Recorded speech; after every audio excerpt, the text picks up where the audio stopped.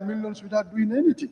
So if you go there as a civil servant, you want to take a loan to invest, you find it very difficult. The interest rates are high. And it's not only that, they also demand collateral. Like these are title deals of your compounds. If you fail, you end up losing those compounds. So how can we grow the private sector? These are things that is very, very, very worrying. And we have to work on this thing and avoid it completely. We know we have the potential. And since we have this jump from the total revenue, what you are asking, the GRA to collect from 17 billion to 22 billion. It's a significant jump. And how do you measure this? How do you know that they have the capacity to collect these things? So those are things that we need to understand very well. Because if you look at the jump, it's very high. And annually, we are increasing these things. But we need to know the actual revenue potential of this country, without which we'll have a problem. Finally, Honorable Minister, I definitely want to you to look at this particular area as far as the budget structure is concerned. Annually, we are battling to sustain our economy, year in, year out.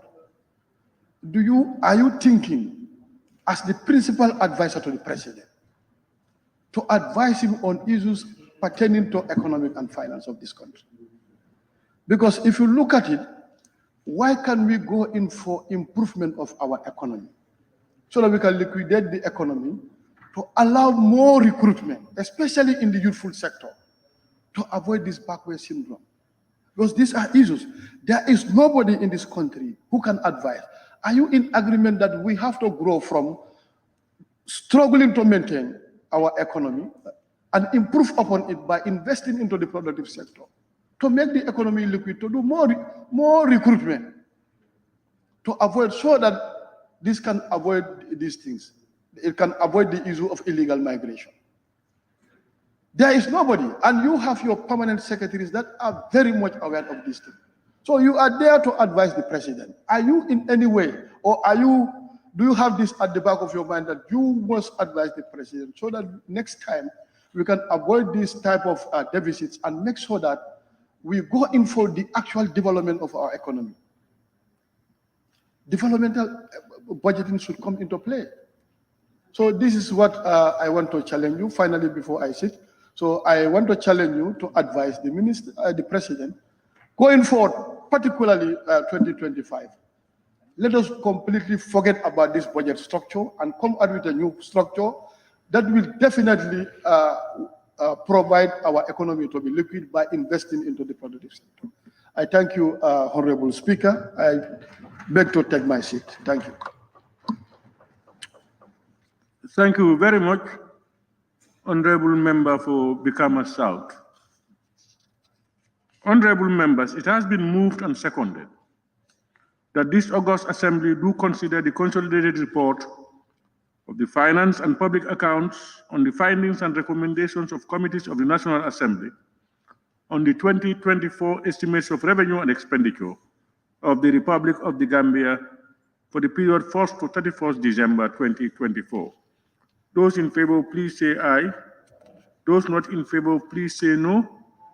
The ayes have it. Honorable members, at this juncture, I will now invite any honorable members who wishes to take part in the debate to raise his or her constituency tag to be recorded and be given the floor to speak. However, before allowing any honorable member to take the floor, I want to remind ourselves of the scope of the debate. Under Order 31 of the Standing Orders, which reads, debate upon any motion or amendment to a motion, or upon any bill, part of a bill or amendment to a bill, shall be relevant thereto, except in the case for motion for the debate on the adjournment of the Assembly. In addition, Order 86.7 of the same standing orders do guide us on how to debate on the annual estimates. And it reads, the debate on the motion shall be confined to the estimates and the explanatory statement and the reported findings and recommendations of the Assembly committees and the Finance and Public Accounts Committee's consolidated report of the Assembly committees, consideration of the draft budget. I therefore appeal to honorable members to respect and observe the said provisions of our own standing orders. I thank you very much. May I now invite the honorable member for Old Yundum constituency to have the floor. Thank you so much, Honorable Speaker. Honorable Speaker, we are dealing with the 2024 budget estimate for the Gambia. As you alluded in, on the 17th of November, when the minister tabled the budget here, we went out for a retreat. Experts were there to give us information about all the budget or ministries that are highlighted in the budget.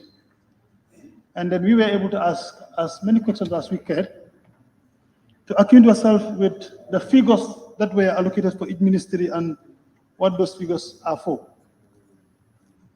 I think from the retreat, particularly me, I was convinced with a lot of budget line that we scrutinized during the retreat. And then the job of FPAC has even given me more, confidence that a lot has been done, given the fact that we were trying to cut the deficit of the Gambia from 4.4 billion. The amount that is deducted from the entire budget from FPAC, we commend you for that good job. At least it's not much, but it has reduced something from the deficit. Because we all know the budget that we have, even though the deficit is high, but that is what Gambia can have as well. We can have more, but when we want to have more, it means we have to increase more taxes, and that becomes a problem for us. So I am convinced in that area. But Honorable Speaker, I have to raise this concern because the minister is here. I concur with my colleague, member for Brikama South, with regards to the budget structure of the Gambia. I think the issue of incremental budgeting, we need to look at it very critically, because that is denying a lot of critical ministries to get the allocation that they require. A ministry like Youth and Sports, maybe in the past, it must have been a dormant ministry, but currently it's a critical ministry as far as our governance is concerned. We need to be prepared to resource this ministry. Whether they have good programs or not, we will engage them more. But if you look at the subvented institutions that they are giving monies to, have very critical programs for the young people in this country. But a meager resource is allocated for the ministry for those subvented institutions. And I think we need to consider that. Institutions like National Youth Council, which is very important for our young people. We all know their job. We have had a series of engagement with them on their activity reports and their financial statements. But if you look at the programs that they have, we cannot fund them. Not because we cannot, but because we are not giving them adequate resources to be able to fund those programs. So I think we need to consider those areas. National Youth Service Scheme, that has just given back a new program. I think they also need more resources. NEDI also need more resources. Currently, they are, helping a lot of backward returnees. They are empowering young people in their businesses. So the amount that I am seeing for the other charges is very small, to be honest. It's very, very small. I mean, I think in whole, given the Ministry of Youth and Sport, 122 million is way below. It's way below. We are not expecting 122 million. We are expecting at least 200 million for the Ministry of Youth and Sports. In my own capacity, I'm not seeing any other ministry more important than this sector. The resources that we are giving them is way too small. And I think from this budget, 2025, we need to reconsider. We will do more advocacy to see that money is given to Minister of Youth and Sport, especially in 2024 when Gambia is going to African Cup of Nations. We have not seen anything in that budget line. How do we intend to support the national team to play in the AFCON? I understand the sports levy is there, but would that cater for the problems of the Gambia at the African Cup of Nations? We are playing volleyball, international, competitions. No money is allocated for those sectors. So I think we need to re-strategize and see when we are putting money for Ministry of Youth and Sports. These are two sectors. The youth component is there, but the youth sector is also there. We give them more resources so that they can empower young people. Sports now is very lucrative. We have seen young people, becoming professionals and they are getting something out of sports. But it has to start with us. We need to set the pace. We need to set the ground for them so that, they can climb on the ladder and be where they want to be. But as far as I'm concerned, that area is very insignificant. I think if we cannot do much this budget, my chairperson and all other members in the youth committee, we need to start the advocacy now. We need to ensure that in 2025 budget, whether government like it or not, they need to have at least 200 million in their budget. They need to have programs for the young people. I mean, we are all youths. We are representing them in the parliament, but what are we giving them at the end of the day? I have been here for almost 7 years, but every year when I come, the budget line for the Minister of Youth and Sport is below 109 million, 111 million. That is where it is pegged. So can you just allow me? The programs are there. What I'm saying is the subvented institutions must be given more money because they have the programs. They have the program. The subvented institutions have the program. So we will have to increase the subvention to allow them to create more program for the young people, not the ministry directly, because the ministry is just a coordinating ministry.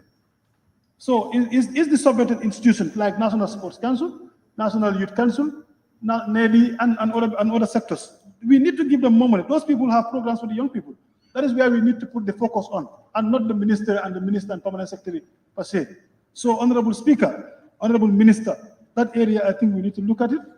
This budget probably might have passed because, we have made a resolution, but 2025, we will have to advocate for that, even before the budget comes. And I want you to consider that before 2025, at least 175 million should be allocated for Minister of Youth and Sports. Honorable Speaker, with those few remarks, thank you so much.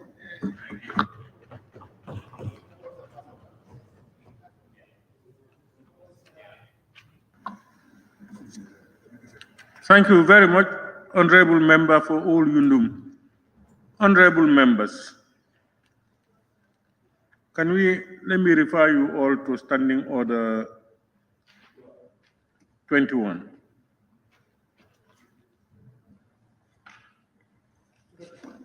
Let's try and allow members contributing, give them peace to contribute their quota.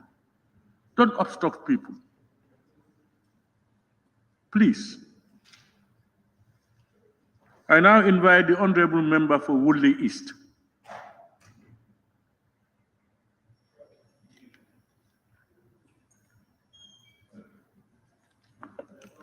Thank you very much, Honorable Speaker.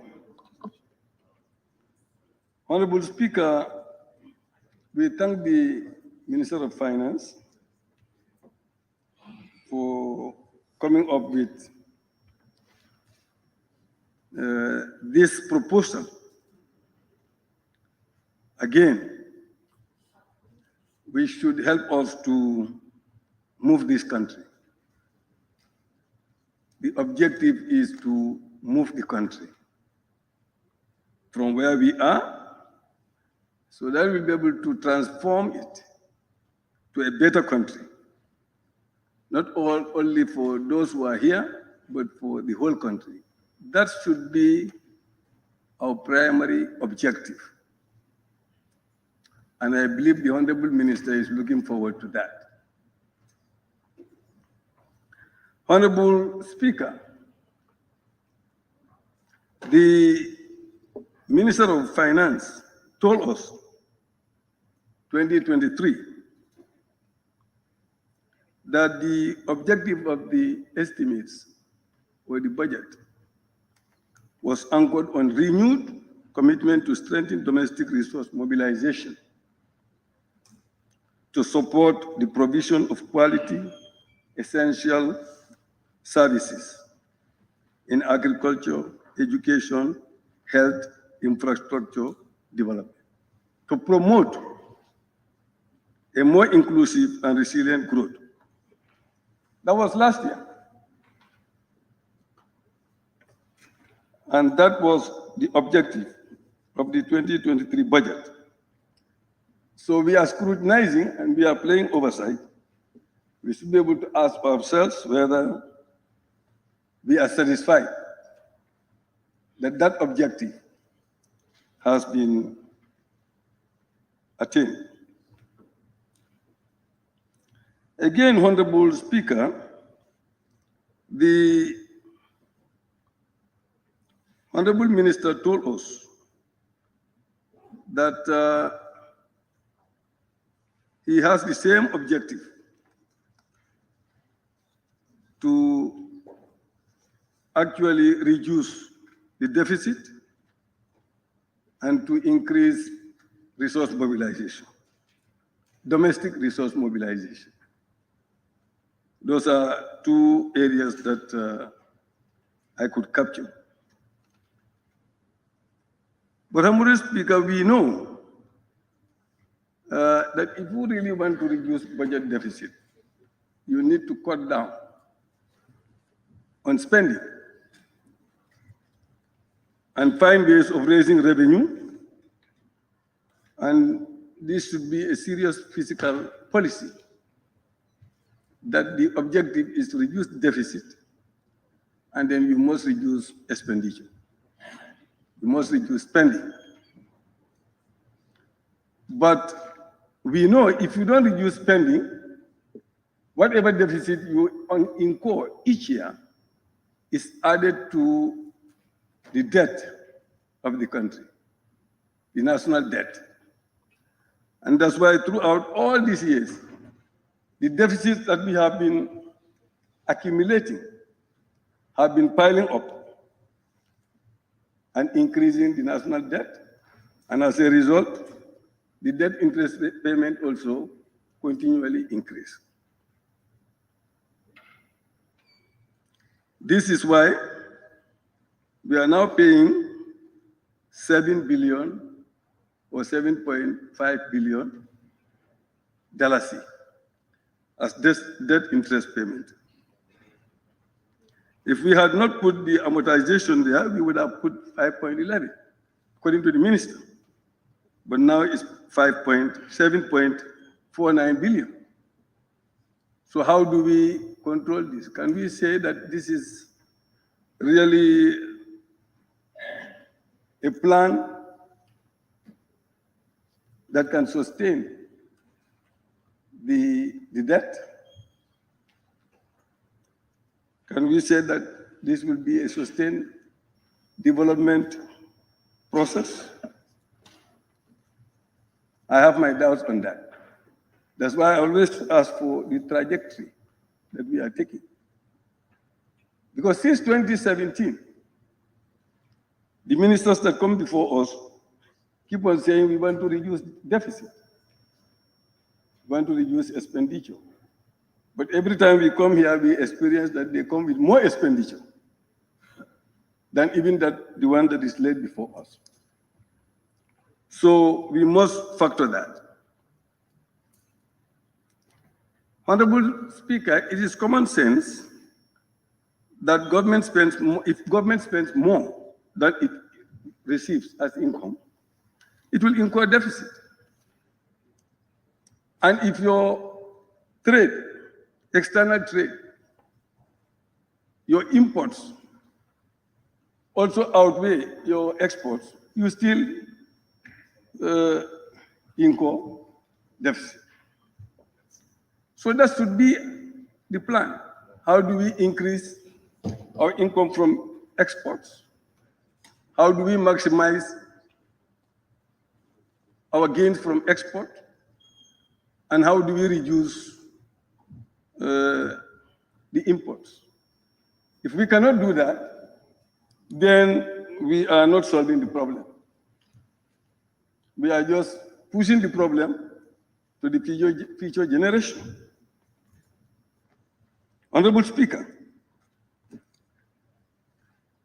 according to the Minister, the GDP ratio was 83% for 2022. But I believe now it has passed that. It is moving us to 100% of GDP. You can correct me. But if it is 100% of GDP, or even more, it means that we are not making progress. That is not making progress. That should always be reduced. One can argue that, it's not the amount of money that you mentioned because of inflation, because of this, but when it comes to percentages, they don't lie. So 100% or even 80% is still very high in terms of trying to regulate. Honorable Speaker, we are also told that the high interest rate on debt is as a result of the monetary policy committee rate of the central bank, which has risen to 17%. That's what we are told. If the interest rate is increased continually, how do we control inflation? And the minister wants to convince us that inflation too will be reduced, prices will go down. I don't know how that can happen. If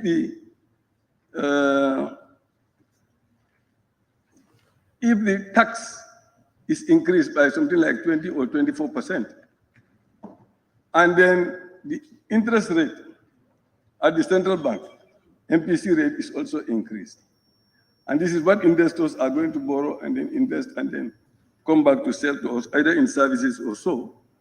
I don't see how we can reduce inflation in that. So that is something that we have to look at also.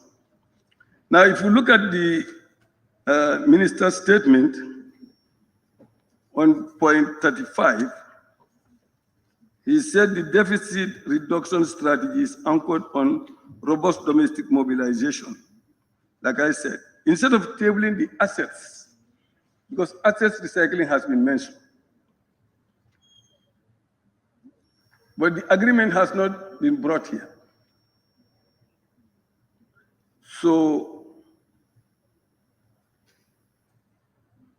it means that it's embedded in the budget for approval. And my problem is if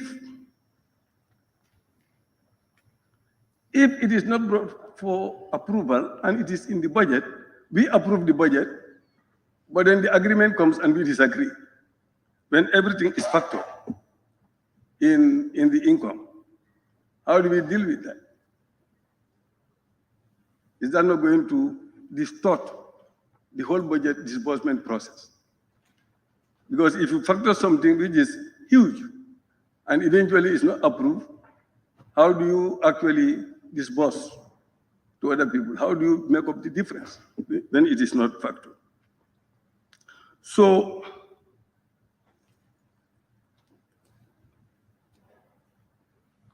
now, if you look at the projected revenue, which stands for 2024, is at 28.7 billion. And we have increased the expenditure to 34.9 billion. So which means the expenditure is, like I said, is increasing. And the deficit payment also is increasing. The interest rate is also shooting up. Now, if you look at from 1985 to date, we are doing the same budget process, same type of budget process. And it's leading us nowhere but to more and more debt and more interest payment. Because if you look at the interest payment now, it's more than health, education, and another ministry. we could put 3 ministries together. So if the objective is to make those ministries to be efficient in their services, but debt interest payment alone is covering all that, it's more than all the 3 ministries or sectors, then we can know that we're really falling into more and more problems. And that should be the responsibility of the minister to ensure that we reduce that. And I know this year is 7.5 billion just interest payment. But we have also done some calculation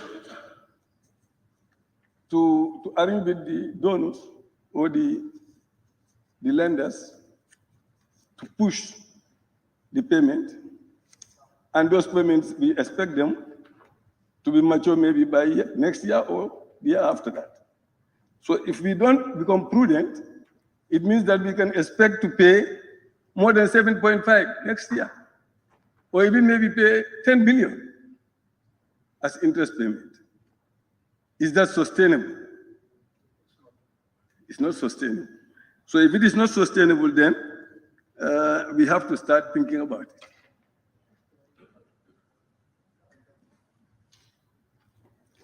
Now,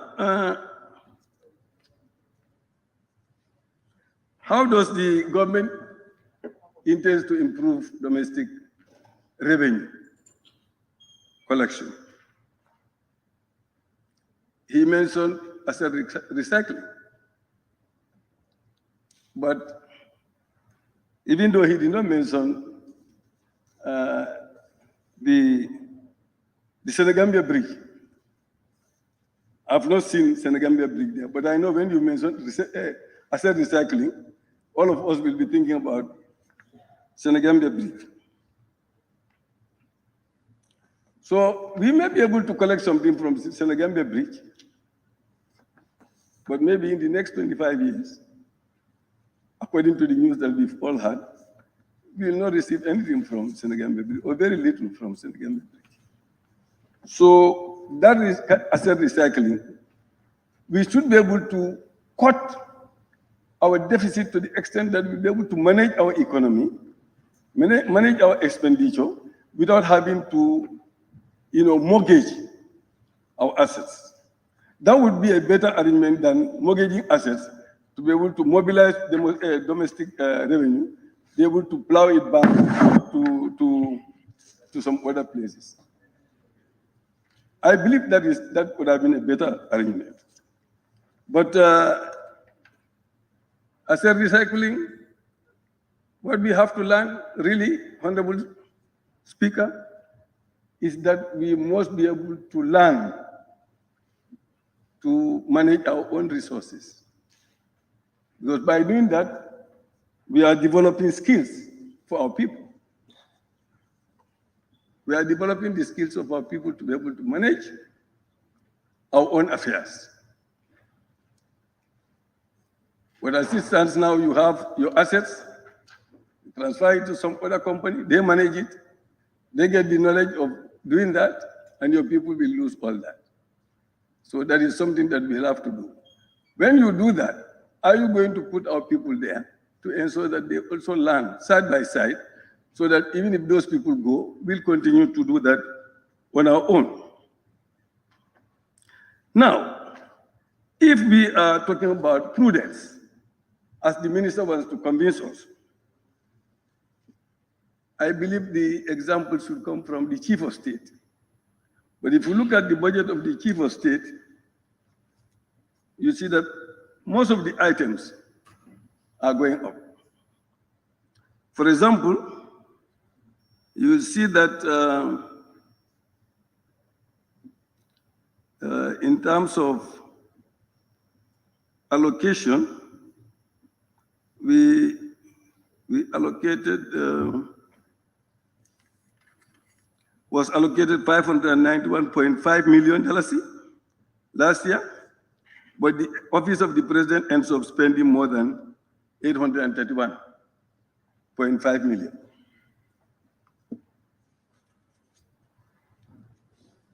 That's not the example that we want to see if we want to cut down. on wastage of resources.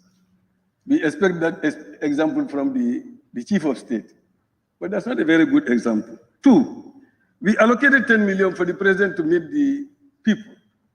He could have gone once, he could have gone twice, but he ended up spending 25 million, and we are not yet in December, so it may even increase. That's also not a very good example. Now, it's the government that came up with the embargo on official travel to reduce cost. But the president's office was allocated 50 million for travel, but you end up spending $153.1 million instead of 50 million. So most of the items I see, the actuals are always more than what was allocated for the president's office. And the same goes for the vice president's office also. Check all the items, most of the items, you will see the actuals are far more than what was allocated. That's not the example we are looking for. We are looking for an example from the chief of state so that all the other sectors can emulate that, so that we'll be able to reduce expenditure. Yes, Honorable Speaker, the revenue is expected to be increased by 24%. Can the minister tell us from which area would this revenue come from? We want to know exactly where this revenue will come from. We also, if you look at the revising the project grants downwards, which the minister mentioned, which was good, in my opinion, as a welcoming idea, but I believe we should do the same for the budget support. If we can revise the budget support, not to be too ambitious on budget support, because once you fail to receive any of this, it actually affects your disbursement, which will also derail the progress in project implementation. Because most of the time, the ministers will tell us, ministries or sectors will tell us, what you allocate for us, we just receive less than half of what you receive. And that is because of these projections, which were not reasonable. Also, Honorable Speaker, since we will have more time to scrutinize the budget next time, I believe we should ensure that wherever there is a budget suppression, we refuse that, as well as to ensure that we curtail expenditure. If you look at the budget, really, realistically, there are many places where there is suppression. We believe that what they could have collected, is more than what is being allocated. So if we can realistically look at the income of some of these other areas, help them to augment their revenue, that will also help us to really cut down on the deficit. Now, the overall capital expenditure has been decreased by 12%, according to the Honorable Minister. And according to him, that is as a result of the projected decrease in project grant disbursement from others, from donors. So it's the same. Capital expenditure is also very important. So if that is also curtailed, it means that it is going to really affect the objective of what we want to attain. Now, in terms of FPAC, FPAC did not review the budget of the Ministry of Information because the Ministry of Information did not come before FPAC. So I'm not sure whether that's a good practice. If they don't come before you, why don't you just take the opportunity to look at their budget? Education. They did not come. It's the education that did not come. And education has 3 or 4 billion. So if you don't look at it at all, I don't know. You want to say something? I thought you said information.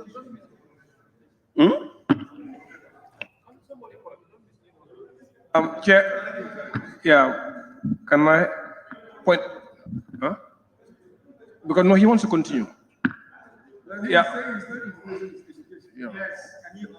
So Observation, Honorable Speaker, if you allow. Okay. Thank you very much, the member for Woodley East. The Committee on Information actually reports to the Committee on Education. The Ministry of Information reports to the Committee on Education. But during the bilateral, they were scheduled but did not show up. So FPAC is just reporting as is indicated by the Committee on Education. So they did not report to FPAC, but they reported to the Committee on Education. And Committee on Education is saying that they did not show up, so we didn't have any bilateral with them. Yeah. Yes, so it did not show up before the committee, and the committee also did not look at their budget. Is that a good practice? I think if they don't come, you look at their budget. And if you see anything anomaly, you correct the anomaly. But if you just discard it, it means that we are not doing our scrutiny as expected. Yes, also, IEC. You said you made some cuttings from the IEC. I need a clarification on that, because we are told that IEC is part of the institutions that we are not supposed to touch. So if we touch them, would that not affect their operations? And we know we are preparing for another election cycle, and IEC has a lot of issues when we met with them. They are opening offices in the countryside, etc., etc. So also, the manpower budget is one area that we usually don't look at. I'm not sure whether FPAC has any opportunity to look at the manpower budget. When we go through it, sometimes we see a lot of anomalies. And also, we see that, Honorable Minister, what can we do about allowances overtaking salaries? Because we see that if you put the allowances together, usually in many places, they are more than the salaries. So I believe that that is another anomaly. We should reduce it. We should be able to reduce it. If we really want to take off, we should be able to reduce that. On that note, Honorable Speaker, I thank you for the time. Thank you.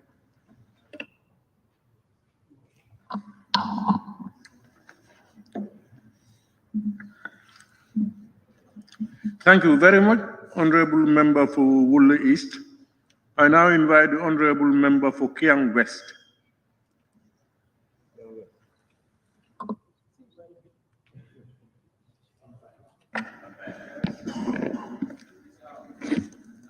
Thank you very much, Honorable Speaker, for the opportunity. Today's deliberation debate, I think, is the most important session that we would foresee. As you always say, this document is the second most important document aside the Constitution.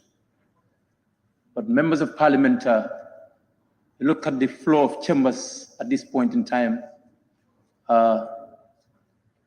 It's definitely something that we should think about. Building a country takes a lot, and the members of Parliament should be at the forefront in doing this. We don't expect that in building this country, the economy, and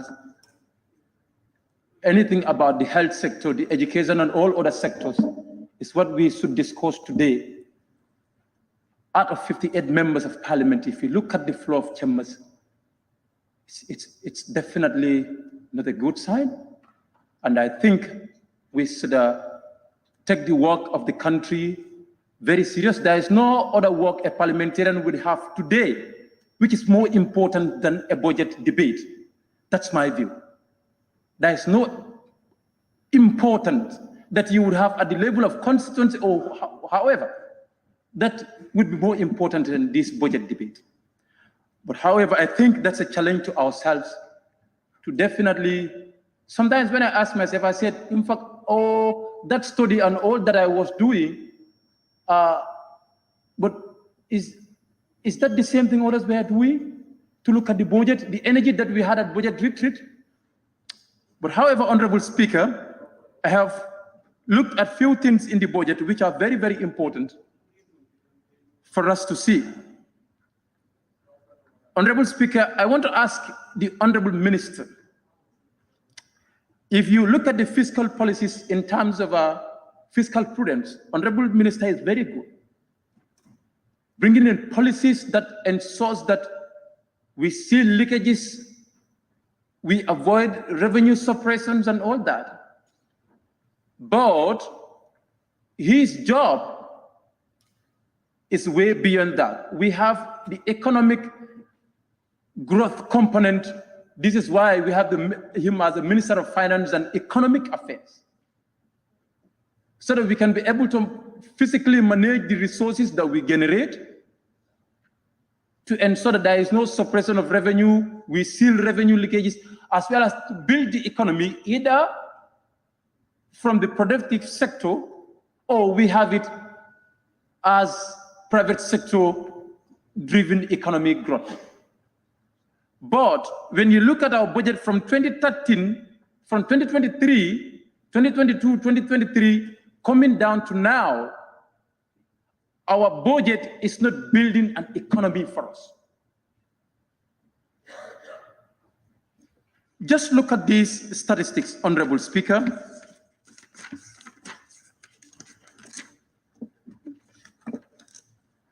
Our budget, the total development budget as per 2024 projection, both GLF and from grants and loans,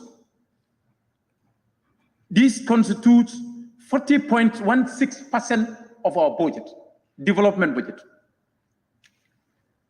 And our country is committing only 13.83% of this total.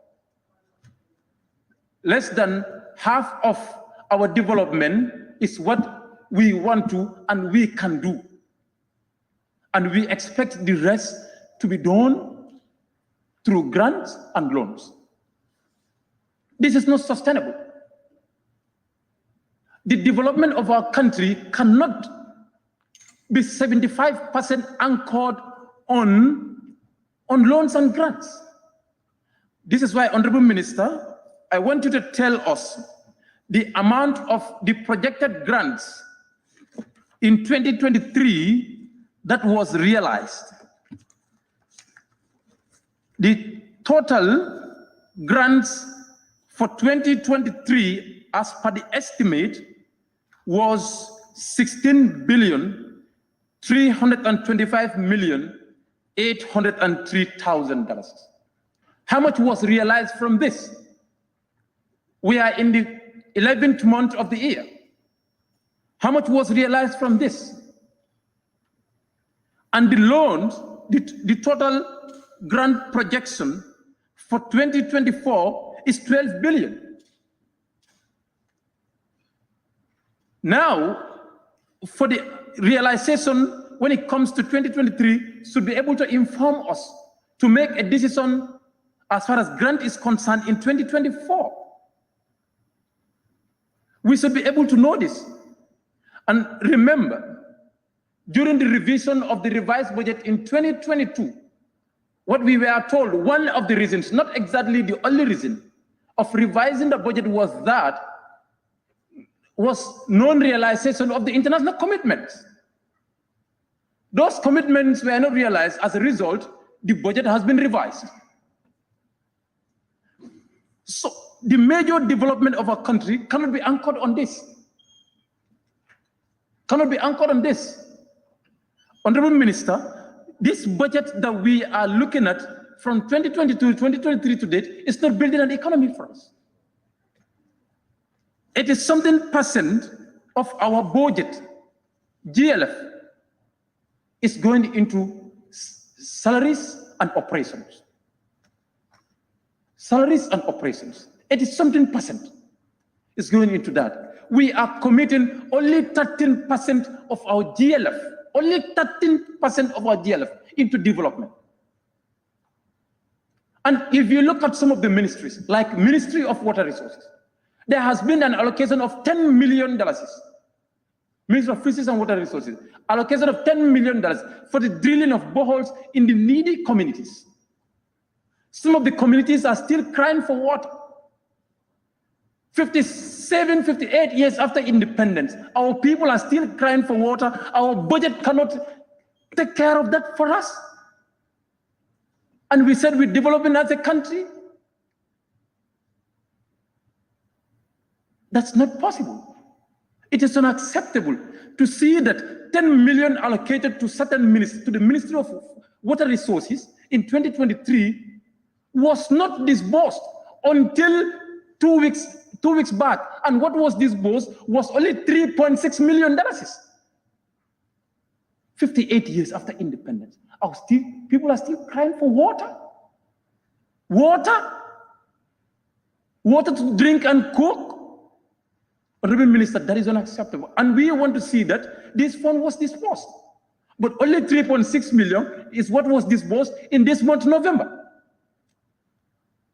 Please tell us what was the reason for this delay.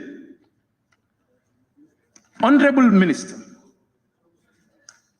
Honorable Speaker, the total budget deficit for 2023 was 3.9 billion.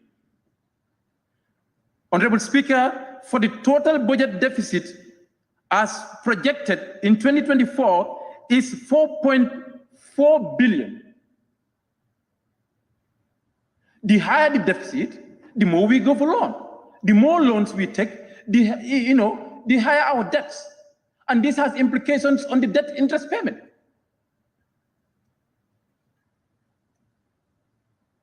So we need to look at this. Honorable Minister, Honorable Speaker is presenting us a budget. The money that we don't have. And this, we say this is what we want. And how do we expect to get the rest? This is what I want, and this is what we want to do, but we don't have the money. Man, if we need to use 29 billion, let Honorable Speaker give us 29, Honorable Minister give us 29 billion. This is what we need. 29 billion, this is what we need, and this is what we can have. But why are we giving that is 29 billion when GRA can only generate less than 20 billion? Where do we get the rest from? That is a question. Honorable Speaker, when you look at tax revenue as per 2024 projection is 17.2 billion. Tax revenue is 17.2 billion. In 2023, tax revenue as per 2023 projection was 13.9 billion. This is a huge jump. What has changed? What economic activity has changed in the country? That is going to help us to realize this. And as per your projection, what are the actuals?